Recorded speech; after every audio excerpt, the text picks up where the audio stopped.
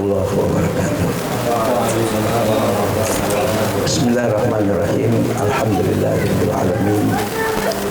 Wassalatu wassalamu ala asyrafil anbiya'i wal mursalin sayyidina wa habibina wa maulana Muhammadin wa ala alihi wa sahbihi ajma'in. Asyhadu an la ilaha illallah wahdahu la syarika lah wa asyhadu anna Muhammadan abduhu wa rasuluh. Wa qala Allah ta'ala fi kitabihil karim wa huwa asdaqul qailin. A'udzu billahi minasyaitonir rajim. Bismillahirrahmanirrahim. Wa ma arsalnaka illa rahmatan lil alamin. Yang saya hormati para majelis guru, wabil khusus ya Buya Dr. Hadi Kriyanto Haisal, Ustaz Komar, Ustaz Bahrul, Umi, dan semua majelis guru yang satu persatu tidak saya sebutkan, namun tidak mengurangi rasa hormat dan ta'zim saya. InsyaAllah ya, mulai malam Jumat ini 2 minggu sekali kita berusaha untuk berdiskusi, berdialog, menambah ilmu, menambah pengalaman.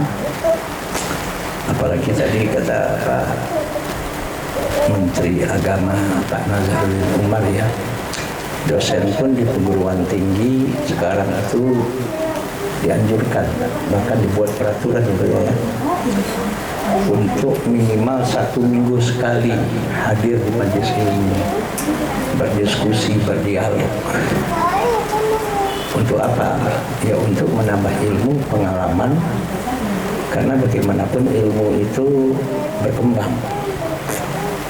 Ilmu itu tidak statis. Ilmu itu selalu ilmu yang mengikuti zaman atau zaman yang mengikuti ilmu. Keduanya bisa terjadi. Ilmu yang mengikuti zaman atau zaman yang mengikuti ilmu. Jadi dalam rangka itulah kita di Pondok Pesantren Nurul Ilmi ini mulai tahun ini kita melakukan apa yang disebut dengan mengikuti perkembangan. Jadi tema yang akan kita bagi, yang akan berbagi hari ini, ya walaupun dengan segala keterbatasan pada diri saya, sebetulnya tema ini saya minta kepada Buya, tema-tema apa saja yang kita akan bahas, usulan, tapi bisa aja nanti tema-tema yang lain, tak harus yang ada di situ.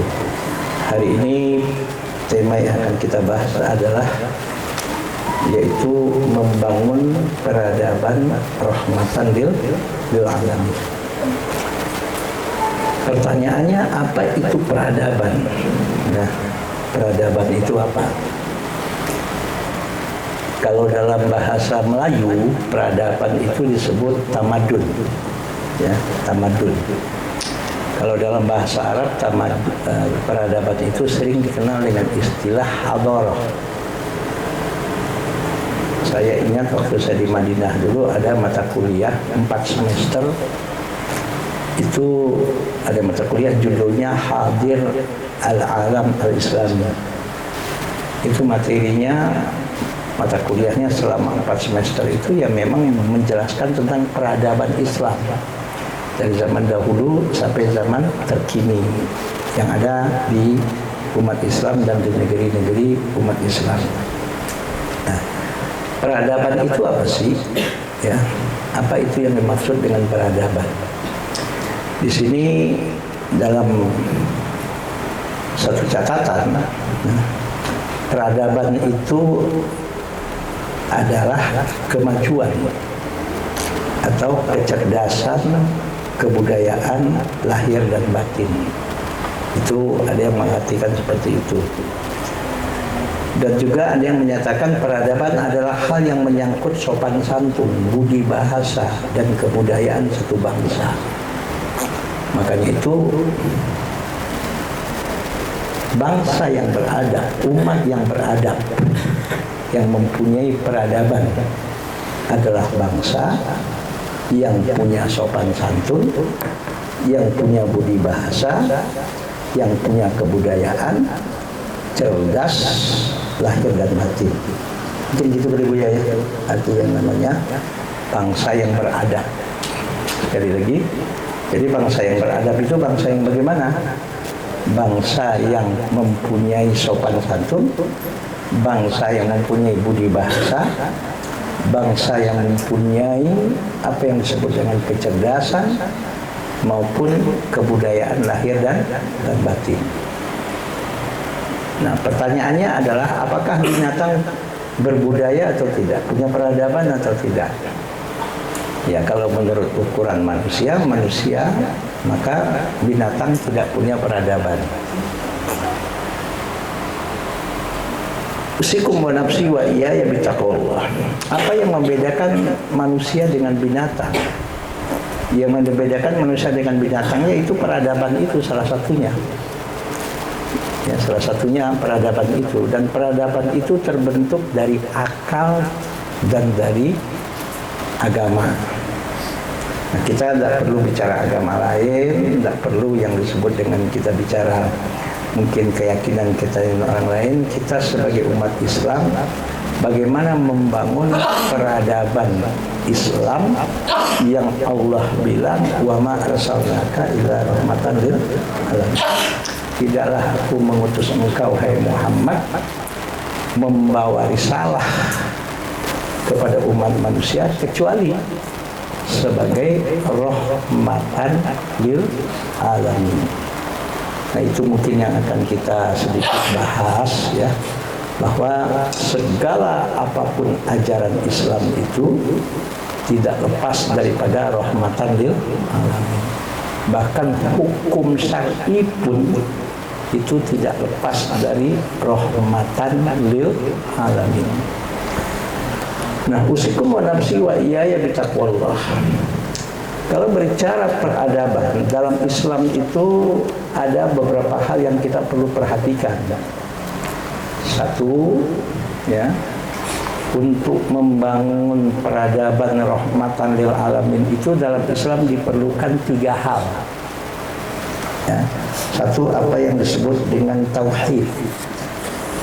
Itu peradaban rahmatan lil alamin dalam Islam. Yang kedua, diperlukan apa yang disebut dengan akhlak karimah, akhlak mulia. Yang ketiga, diperlukan bagaimana umat ini taat kepada aturan, kepada syariat. Nah, insya Allah kalau 3 hal ini dilaksanakan secara benar dan secara konsisten, insya Allah kita berarti sedang membangun peradaban rahmatan lil alamin. Mustahil akan terjadi peradaban rahmatan lil alamin kalau tauhid kita tinggalkan, kalau kehidupan kita tidak ada aturan, artinya keluar dari syariat, dan maaf kalau kita tidak mempunyai akhlak karimah, akhlak mulia dalam kehidupan kita. Itu ringkasnya. Jadi kalau ada pertanyaan, bagaimanakah cara membangun peradaban rahmatan lil alamin? Ringkasnya 3 hal yang harus wujud. Satu, apa yang disebut dengan tauhid. Itu betul-betul tauhid ini betul-betul harus benar dan tidak boleh maaf. Ya, kalau dalam bahasa ininya kita harus mempunyai akidah yang sahihah, akidah yang benar.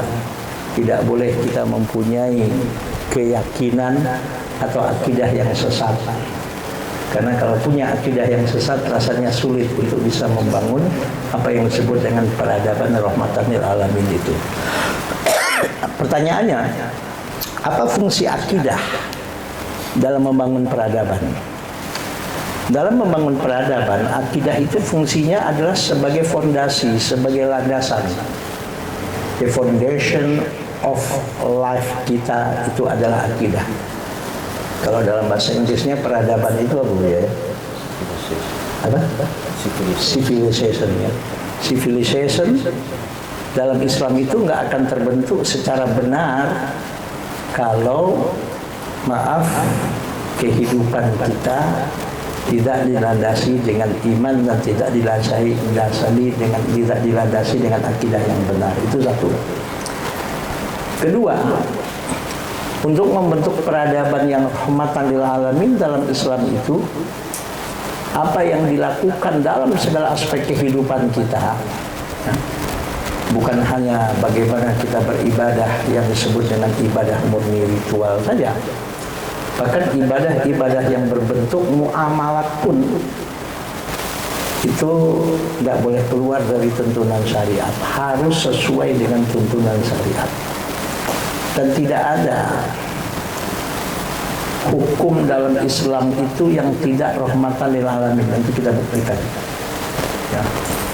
Tidak ada hukum yang ditetapkan dalam syariat Islam itu yang tidak rahmatan lil alamin, itu tidak ada.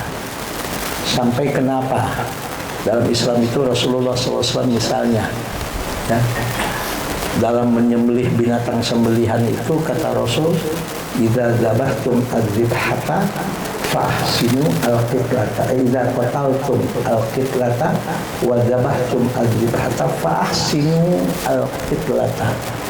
Jika engkau melakukan eksekusi mati terhadap orang yang terpidana mati, kalau memang dia memang memenuhi persyaratan untuk dijatuhi hukuman mati, dan apabila engkau menyembelih binatang sembelihan, apa kata Rasul? Maka buatlah eksekusi mati itu dan penyembelihan binatang itu sebaik-baiknya. Bagaimana caranya? Simpel kata Rasul. Fal yuhidda syufratahu, bikin alat untuk melakukan eksekusi tadi, dalam hal ini pedangnya, atau alat yang digunakan untuk menyembelih binatang itu yang namanya golok atau pisau. Kata Rasul, buat setajam mungkin. Jaminan dan garansi dari Rasulullah, fal yurih zabihatahu, yakinlah dengan cara itu binatang yang disembelih itu akan tidak merasa sakit dan tidak tersakiti. Dan ini pernah dilakukan satu penelitian research di Universitas Jerman di Fakultas Pertanian. Dua orang ilmuwan dari dari Jerman melakukan penelitian. Jadi dikelompokkan binatang yang akan disembelih itu, sapi lah misalnya, dikelompokkan dua kelompok. Misalnya 5 sapi. Sapi yang pertama disembelih menurut tuntunan syariat, yaitu apa yang dijelaskan oleh Rasulullah dalam hadis ini. Kelompok sapi kedua itu disembelih dengan cara dibius dulu, nggak langsung dieksekusi seperti apa yang dijelaskan oleh Rasulullah. Namun untuk mengetahui apakah binatang ini tersiksa atau tidak, menderita atau tidak ketika disembelih, itu dalam penelitian itu diletakkan chip di kepala, di otak, dan di jantung binatang tersebut. Ya, kita akan chip kira-kira sebulan sebelum dia disembelih. Ketika waktunya eksekusi, ya, 5 binatang disembelih dengan cara syariat, yaitu disembelih dengan alat yang sangat tajam sesuai dengan tuntunan syariat. Yang 3 rongganya itu putus sekali sembelih, ya, putus langsung. Kan begitu dah Ustaz Barul ya, kalau menyembelih sapi atau menyembelih kambing. 5 binatang, kelompok 5 binatang disembelih dengan cara dibius dulu itu binatang, disuntik dulu. Bagaimana supaya binatang itu seakan-akan tidak merasa sakit dengan biusan itu. Dan setelah dibius, dianggap obat biusnya itu sudah berfungsi, baru binatang itu disembelih. Apa yang terjadi? Pada binatang yang disembelih dengan cara tuntunan syariat 100% dengan alat yang sangat tajam itu, subhanallah, itu chip yang ada di otak dan di jantung binatang itu sama sekali tidak bereaksi. Artinya bahwa binatang ini tidak sedikit pun merasa kesakitan walaupun disembelih dengan cara seperti itu. Tapi justru aneh, binatang-binatang yang disembelih dengan cara dibius dulu, itu semua chip yang diletakkan di otak dan di jantung binatang itu semua bereaksi. Dan ini menandakan bahwa binatang itu adalah merasa kesakitan dan menderita ketika disembelih. Yang kedua, kalau binatang itu disembelih dengan cara Islami tanpa diberikan obat bius, itu darah yang ada di binatang itu keluar maksimal. Dan jantungnya pun masih berfungsi normal, tidak dipengaruhi oleh obat bius. Apa yang terjadi? Sehingga ketika binatang itu disembelih dan ketiga urat nadi itu putus, itu darah itu keluar maksimal dan dipompa oleh jantungnya itu. Sehingga darah-darah yang ada di dalam daging-daging binatang itu juga ikut keluar semua secara maksimal. Tapi apa yang terjadi pada binatang yang disembelih dengan cara dibius? Karena obat bius sudah mempengaruhi jantung dan otak binatang itu, maka jantungnya nggak berfungsi normal. Sehingga ketika disembelih, darah keluar tapi tidak maksimal. Apa yang akhirnya terjadi? Masih banyak sisa-sisa darah yang menempel, yang masih ada di dalam daging binatang tersebut. Apa yang terjadi akhirnya? Daging binatang itu cepat membusuk karena masih banyak darah-darah, sisa-sisa darah yang masih belum keluar secara maksimal. Nah, ini artinya apa? Bahwa Islam itu dalam syariat menyembelih binatang pun dan mengeksekusi terpidana mati pun masih rahmatan lil alamin. Ini penelitian loh di salah satu universitas di Jerman yang dilakukan oleh dua ilmuwan, satu profesor doktor, yang satu doktor ya. Nanti dalam dialog saya lupa namanya ya. Nanti kita sebutkan, nanti kita cari. Itu satu. Kedua, hukum-hukum dalam Islam itu semua rahmatan lil alamin. Yang sering saya bahas misalnya, kenapa Dr. Zakir Naik ya, yang kita mungkin pernah dengar. Zakir Naik ini seorang kristolog internasional dari India ya, yang sekarang bermukim di Malaysia. Baru-baru ini ke negara kita, ke Indonesia kemarin. Itu pernah mengatakan dalam satu ceramahnya yang saya dengar ya di YouTube dalam bahasa Inggris, tapi kan ada terjemahannya. Apa kata Zakir Naik? Dengan kecanggihan teknologi dan ilmu pengetahuan pada saat ini, dia bilang 85% syariat Islam itu, ajaran-ajaran Islam itu, hukum-hukum syar'i itu, dia bilang, semakin canggih teknologi, semakin maju ilmu pengetahuan, makin terbukti kebenaran syariat itu, dia bilang. Dan hanya tinggal 15%. Itu hanya tinggal tunggu waktu untuk menentukan dan untuk membuktikan kebenaran syariat Islam itu, bahwa syariat Islam itu adalah betul-betul rahmatan lil alamin. Ini kata beliau. Nah, kita kasih contoh yang paling simpel. Kenapa Allah Subhanahu wa taala dalam peradaban ekonomi mengharamkan konsep ribawi? Ayo sekarang sudah nggak rahasia lagi kan? Orang terlibat apa yang disebut dengan pinjaman online ya kan? Orang terlibat dengan judi online. Orang terlibat dengan pinjaman-pinjaman ke bank. Ya, yang berunsur ribawi, coba kita lihat.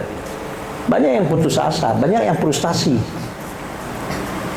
Kalau kita lihat berita di medsos, nggak sedikit mereka mengakhiri hidupnya dengan cara bunuh diri karena mengalami tekanan-tekanan dari pihak-pihak Ya, nasabah itu mengalami tekanan-tekanan dari pihak-pihak yang meminjamkan. Betul nggak? Walaupun pinjaman itu ada jaminan, misalnya surat rumah dan sebagainya, surat tanah dan sebagainya. Tapi ketika tidak mampu untuk melunasi atau membayar pinjaman yang bersifat ribawi itu, akhirnya mereka stres.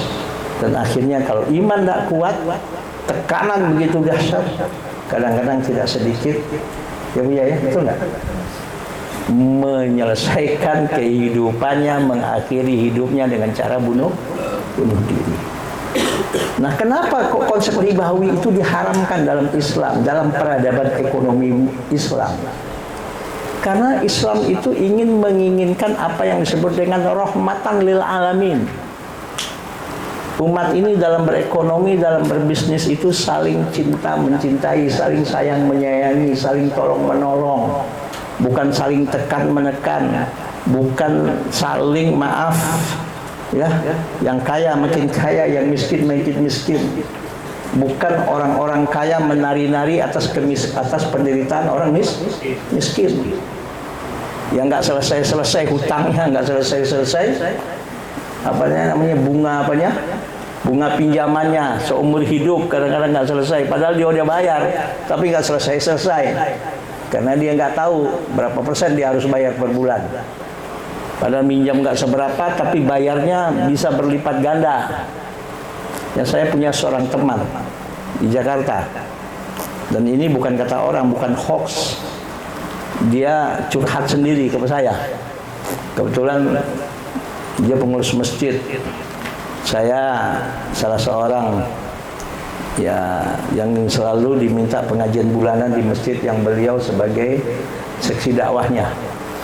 Suatu hari dia setelah taklim itu curhat dengan saya sambil menangis. Apa dia bilang sama saya? Ustaz, ya Allah, rumah saya baru disita oleh pihak yang meminjamkan, apa itu pihak apalah namanya, pihak rentenir. Kenapa? Saya bilang, ayah saya ketika setelah meninggal, ibu saya pinjam uang ke rentenir 85 juta, dia bilang, dengan jaminan surat rumah. Ini di Jakarta loh, dan saya pernah ke rumahnya masuk mobil, ya, pinjam 85 juta. Saya nggak tahu itu gimana ceritanya. Dia bilang dalam waktu yang tertentu ibunya nggak ngasih tahu kapan minjemnya. Tahu-tahu itu pinjaman 85 juta udah hampir dia harus bayar 600 juta. Itu gimana ceritanya tuh Bu ya? 85 juta tahu-taunya menjadi hampir 600 juta. Dan diberikan kesempatan 1 bulan. Katanya, kalau nggak selesai 1 bulan ini rumah disita. Ya dia bingung gimana ngembaliin uang 500 juta lebih hampir 600 juta itu. Akhirnya udah pasrah. Bener-bener segel tuh rumah, disita itu rumah. Dan barang-barangnya dikeluarkan semuanya. Ditaruh polis land apa istilahnya itu. Dan dia nggak punya hak lagi untuk menempati, untuk memiliki rumah itu. Bayangkan 85 juta dalam waktu yang nggak lama. Ya saya nggak tahu nggak lamanya itu, relatif nggak lama lah ya. Itu bisa harus akhirnya rubah tempat warisan dari ayahnya, harusnya berpindah tangan. Akhirnya berpindah tangan. Akhirnya dibilang sama saya sekarang sudah nggak tinggal di situ lagi Ustaz. Saya sekarang kontrak katanya. Dan doakan mudah-mudahan saya dan ibu saya kuat menghadapi cobaan hidup seperti ini. Coba lihat, hilang yang namanya rahmatan lil alamin itu udah nggak ada itu. Konsep ribawi itu. Hilang yang namanya apa yang disebut dengan saling tolong menolong itu udah nggak ada di situ. Hilang di situ yang namanya saling menyayangi itu sudah nggak ada. Yang lahir apa? Adalah maaf, sadis, apalagi kejam, dan hilang rasa kasih sayangnya sudah nggak ada. Gua nggak mau tahu. Yang penting lu harus keluar dari rumah ini. Lu mau tinggal di mana emang gue pikirin, kan gitu tuh. Nah, banyak sekali kalau kita memberikan contoh rahmatan lil alamin ini. Maka saya sering berdialog dengan Buya ya. Kenapa dalam Islam itu Allah Subhanahu wa taala bicara tentang hukum, Allah mengatakan apa kata Allah? Wa annallaha laisa bizzallamin lil abid. Ternyata ungkapan yang diungkapkan oleh Allah di situ ungkapan hamba-hamba itu dengan bahasa abid. Abid itu jamak plural dari kata abdun. Dalam konteks Al-Quran, abdun itu ada memakai kata abid dan ada ibad ya. Ternyata kata ibad dengan kata abid itu sama-sama jamak plural dari kata abdun. Nah, ulama tafsir mengatakan apa sih bedanya ibad dengan abdun? Kalau artinya ya sama, plural jamak dari kata abdun, artinya sama, abid dengan ibad. Tapi kalau ibad itu konotasinya adalah hamba-hamba Allah yang baik-baik, yang soleh-soleh, yang beriman. Tapi kalau abid itu gado-gado. Dia mau beriman, dia mau maksiat, mau orang yang baik, orang yang enggak, itu semua adalah disebut dengan istilah abid dalam bahasa Arab. Wa annallaha laisa bizallamin lil abid. Itu yang terjadi. Tapi kalau ibad, contohnya misalnya firman Allah, wa ibadur rahman alladzina yamshuna 'alal ardi haunan.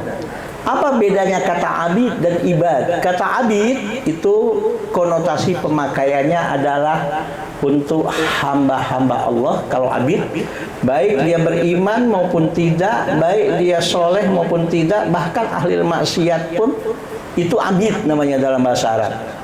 Tapi kalau ibad itu hanya khusus hamba-hamba Allah yang baik-baik dan yang soleh-soleh. Nah, dalam firman Allah ini Allah katakan wa annallaha laisa bizallamin lil abid. Artinya apa? Semua ketetapan hukum Allah dalam segala aspek kehidupan, peradaban yang dibangun dalam hukum Islam adalah peradaban yang rahmatan lil alamin. Tidak membedakan apakah dia itu beriman atau tidak, itu urusan dia dengan Allah. Kenapa? Karena Allah bilang faman syaa falyu'min wa man syaa falyakfur. Ya, wa man syaa, Anda ingin beriman itu urusan Anda, Anda ingin kafir pun itu urusan Anda. Anda harus menerima konsekuensi beriman ya. Ini konsekuensinya, ini ganjarannya. Anda kafir pun ini konsekuensinya dan ini apa yang Anda akan dapatkan dari kekufuran Anda itu. Salah satunya Allah bilang, innal ladzina kafaru min ahlil kitab wal musyrikin fi nari jahannam khalidina fiha abada ulaika hum syarrul bariyah. Orang-orang kafir, baik orang kafir itu min ahlil kitab wal musyrikin atau orang-orang yang melakukan syirik. Apa kata Allah?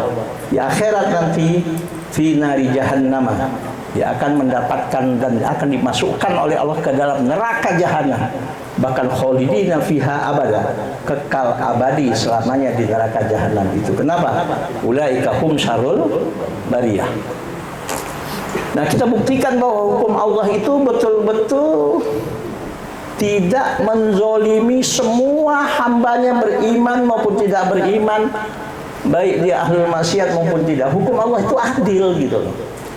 Tidak ada diskriminasi, tapi tetap sanksi punishment yang Allah berikan pun atas kemaksiatan, atas dosa, atas kekufuran pun adalah tegas. Maaf, tegas, bukan kejam dan sadis ya, beda ya. Beda kan? Tegas dengan kejam dan sadis, beda ya. Tegas.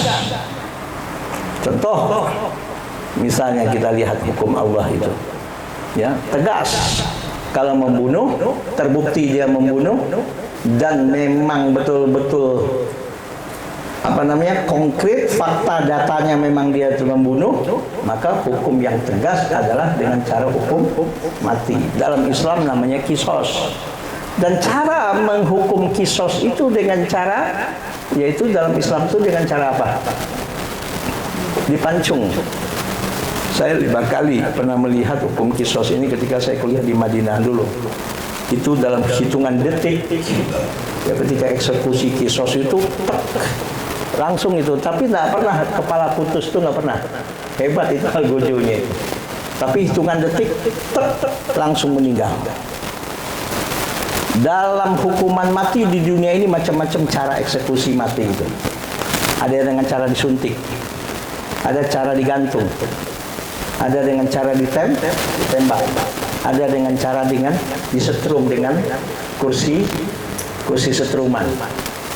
Itu hukuman tembak terakhir di Indonesia itu saya baca di koran itu, siapa itu? Freddy Budiman ya. Itu hukuman tembak itu. Saya baca di koran waktu itu Republika masih ada ya. Itu Freddy Budiman itu dihukum mati karena kasus narkoba yang begitu banyak kasusnya. Tapi sebelum dieksekusi dia bertaubat. Subhanallah. Ya, mudah-mudahan taubatnya diterima oleh Allah Subhanahu wa taala. Itu dalam hitungan di koran saya baca waktu itu tuh, menurut dokter 16 menit lebih baru dia mati.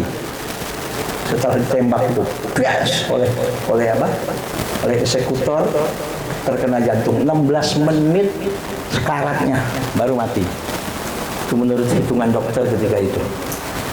Tapi kalau eksekusi mati dengan cara dikisos, itu nggak sampai 1 menit. Langsung putus. Tapi nggak pernah kepalanya ini nggak pernah terpisah, atau nggak pernah. Ada tersisa sedikit. Tapi langsung jatuh.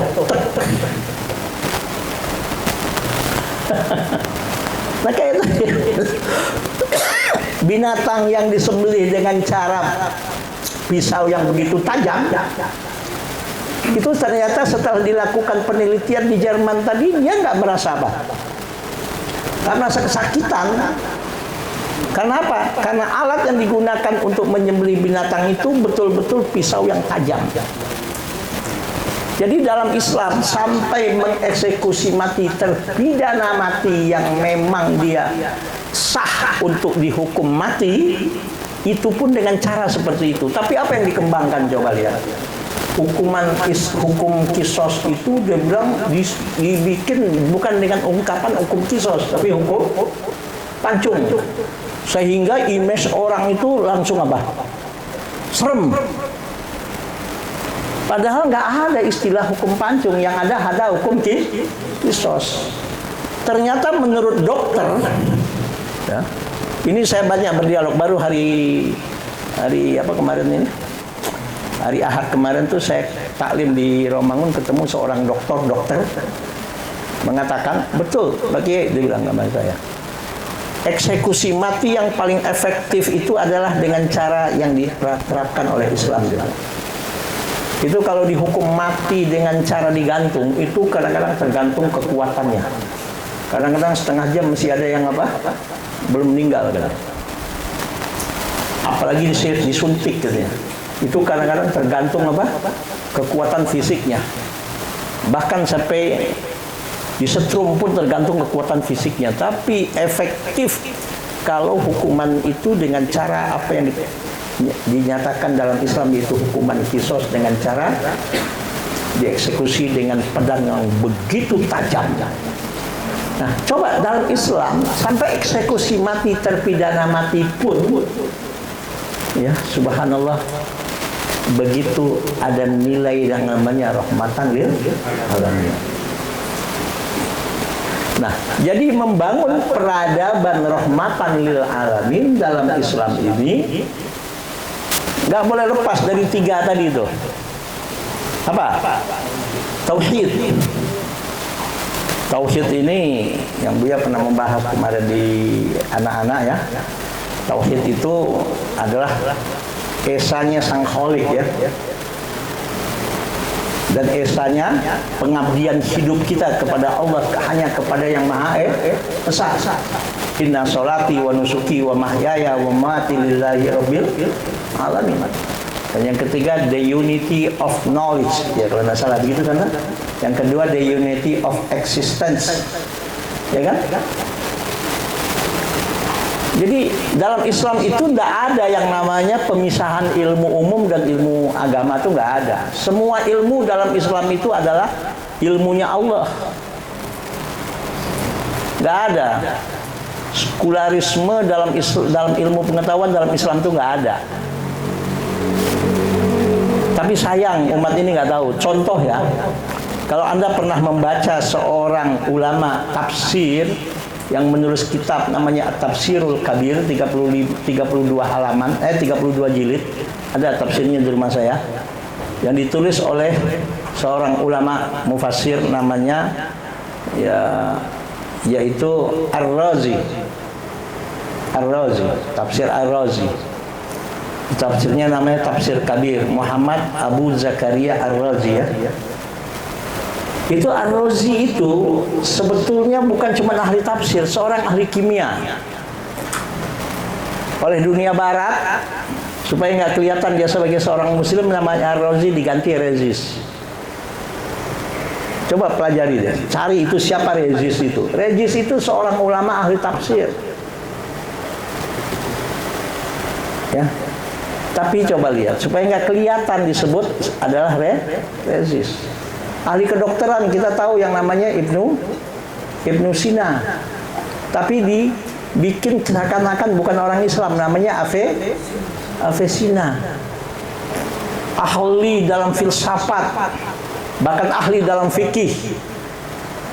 Yaitu fikih yang ditulis oleh beliau yang diajarkan di kelas 6 di sini, namanya fikih Bidayatul Mujtahid fi Nihayatul Muqtasid. Ini seorang ulama fikih dalam mazhab Maliki. Siapa? Ibnu Rushdi. Ini ahli dalam filsafat. Tapi ditulis namanya supaya nggak ketahuan, Ibnu Rushdi ditulis Averus. Saya ketika di Madinah itu belajar fikih Bidayatul Mujtahid fi Nihayatul Muqtasid ini 4 tahun 8 semester. Dari bab Toharoh sampai akhir.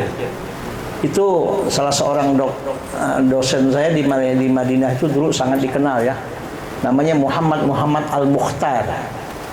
Muhammad orang Arab biasa begitu. Muhammad Al-Mukhtar. Namanya Muhammad, bapaknya Muhammad, kakeknya Muhammad Al-Mukhtar. Itu masih keluarga dari Asy-Syinkiti. Namanya Muhammad Mukhtar Asy-Syinkiti. Masih ini dia. Orang hebat itu. Ya. Dia bilang apa? Apa salah satu keistimewaan kitab Bidayatul Mujtahid fi Nihayatul Muqtasid yang tidak dimiliki oleh kitab-kitab lain, dia bilang. Ya, ini sebagai wawasan ya. Kehebatan kitab Bidayatul Mujtahid fi Nihayatul Muqtasid salah satunya adalah yang tidak dimiliki oleh kitab-kitab fikih lain, terutama kitab Muqarrin ya, Muqarranatul Madzahib, adalah teliti dan detailnya ya Ibnu Rushdi dalam mencari sababul khilaf. Gitu. Jadi teliti dan hebatnya Ibnu Rushdi itu dalam menentukan sababul khilaf. Kenapa terjadi perbedaan pendapat ulama, dia bilang. Ini yang nggak dimiliki oleh kitab-kitab lain, dia bilang. Kitab-kitab fikih yang namanya Muqarranatul Madzahib. Ketika Ibnu Rushdi mampu mencari dan menentukan kenapa ini terjadi perbedaan pendapat antara ulama. Coba dilihat.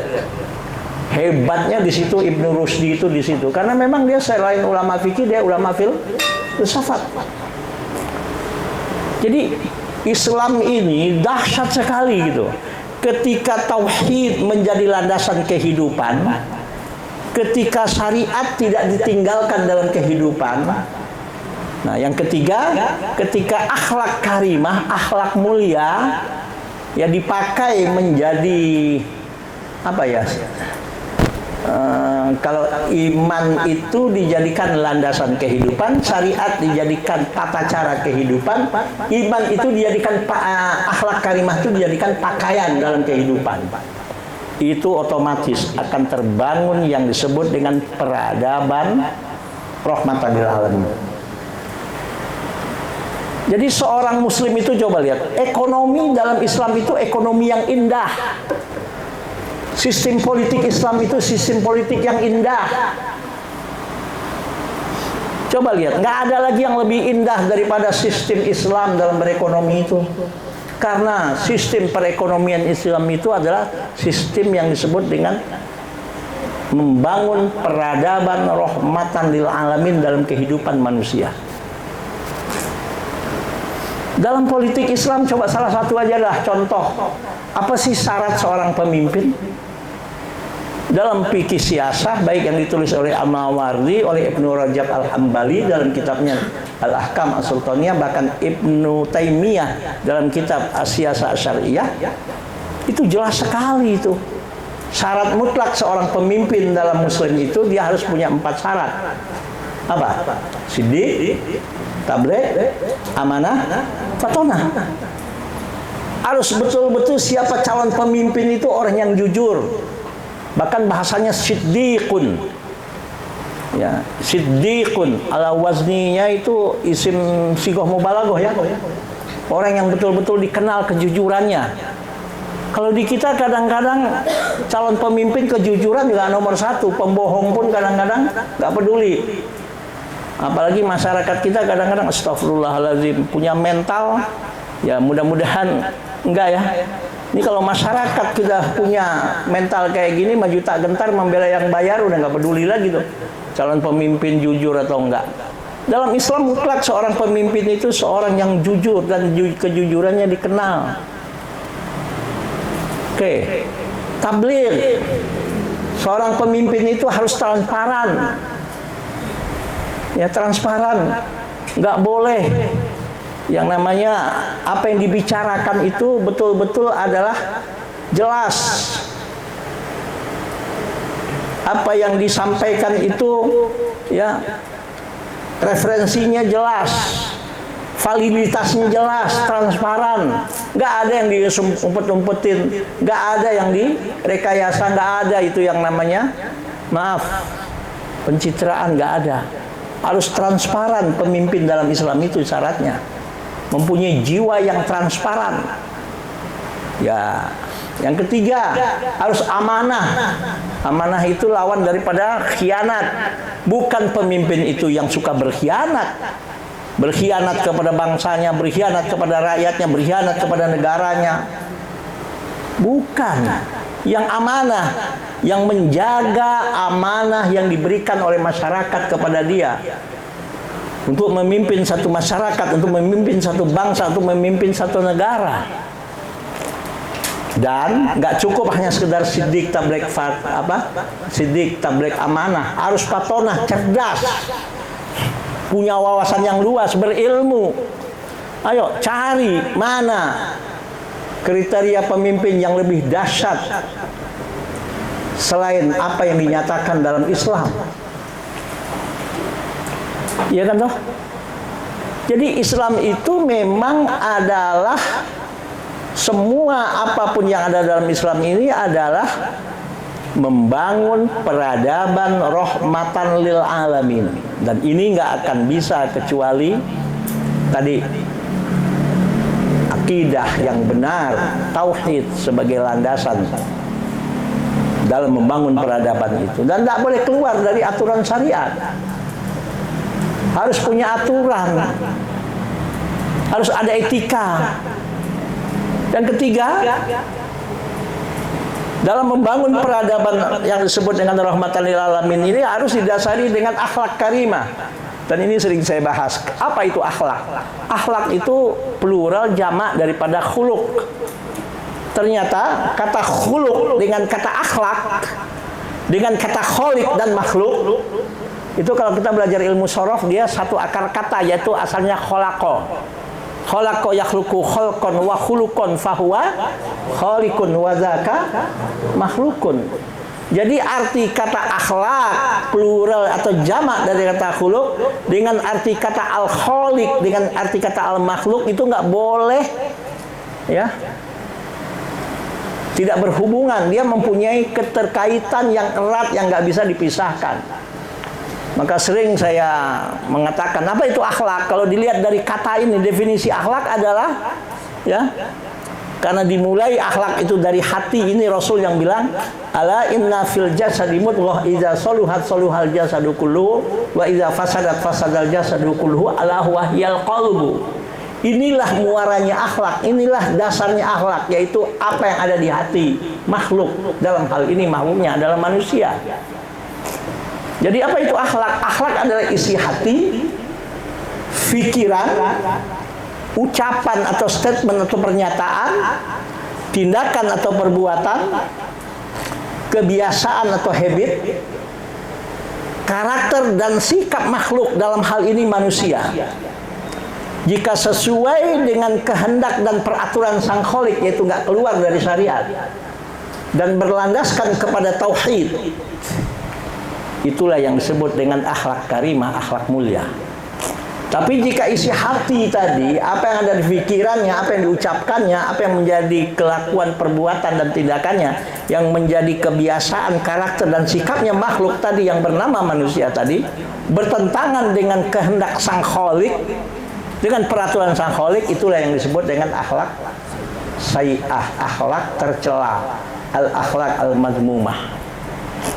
Mutlak 3 hal yang harus ada dalam membangun peradaban rahmatan lil alamin. Apa itu? Akidah yang benar sebagai landasan dan sebagai fondasi, syariat, tata cara kehidupan yang nggak boleh keluar dari syariat dalam segala aspek kehidupan, ya, dalam ekonomi, dalam pergaulan, dalam berpolitik, dalam segala aspek kehidupan, dari bangun tidur sampai tidur kembali, bahkan sampai meninggal dunia, ya. Dan yang ketiga, akhlak karimah, akhlak mulia tidak boleh ditinggalkan. Kalau ini hilang, jangankan ketiga-tiganya, satu aja hilang, rasanya sulit untuk bisa membangun apa yang disebut dengan peradaban rahmatan lil alamin. Saya rasa cukup itu dulu ya. Mudah-mudahan bisa dipahami, mudah-mudahan kita punya wawasan, nanti kita buktikan yang lainnya. Bangga semestinya kita sebagai umat Rasulullah Sallallahu Alaihi Wasallam. Sehingga Zakir Naik tadi mengatakan apa? Dengan kemajuan teknologi dan ilmu pengetahuan, semakin terbukti bahwa ajaran agama Islam ini betul-betul, subhanallah, ya, terbukti kebenarannya. Dalam hal ini betul-betul rahmatan lil alamin, bukan hanya untuk orang Islam saja, bahkan untuk kehidupan yang ada di alam semesta ini. Kita buktikan tadi, untuk binatang yang diperuntukkan untuk kita nikmati, binatang dagingnya pun subhanallah adalah rahmatan untuk binatang itu. Saya rasa cukup dulu ya, nanti kita kembangkan. Mudah-mudahan kita punya wawasan dan bangga sebagai umat Rasulullah Sallallahu Alaihi Wasallam. Assalamualaikum warahmatullahi wabarakatuh. Waalaikumsalam warahmatullahi wabarakatuh.